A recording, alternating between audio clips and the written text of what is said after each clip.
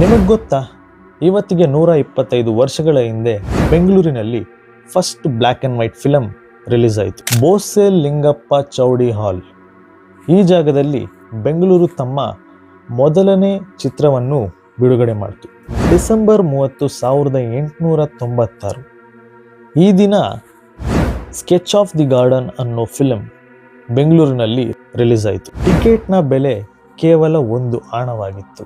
ಈ ದಿನ ಜನರು ಯಾವ ಥರ ರಿಯಾಕ್ಟ್ ಮಾಡ್ತಾರೆ ಅಂದರೆ, ಪರದೆ ಒಳಗಡೆ ಮನುಷ್ಯರನ್ನ ಮತ್ತು ಪ್ರಾಣಿಗಳನ್ನ ಕೂಡಾಕಿರೋ ಥರ ಅವರು ಯೋಚನೆ ಮಾಡ್ತಾರೆ. ಕೆಲವು ಜನ ಚಪ್ಪಾಳೆ ಹೊಡೆದ್ರು, ಕೆಲವು ಜನ ಶಾಕ್ನಲ್ಲಿ ಕಳೆದೋದ್ರು. ಸೊ ಈ ಥರ ಬ್ಲ್ಯಾಕ್ ಆ್ಯಂಡ್ ವೈಟ್ ಪಿಕ್ಚರ್ ಬೆಂಗಳೂರಿನಲ್ಲಿ ಫಸ್ಟ್ ಬಿಡುಗಡೆ ಆಯಿತು.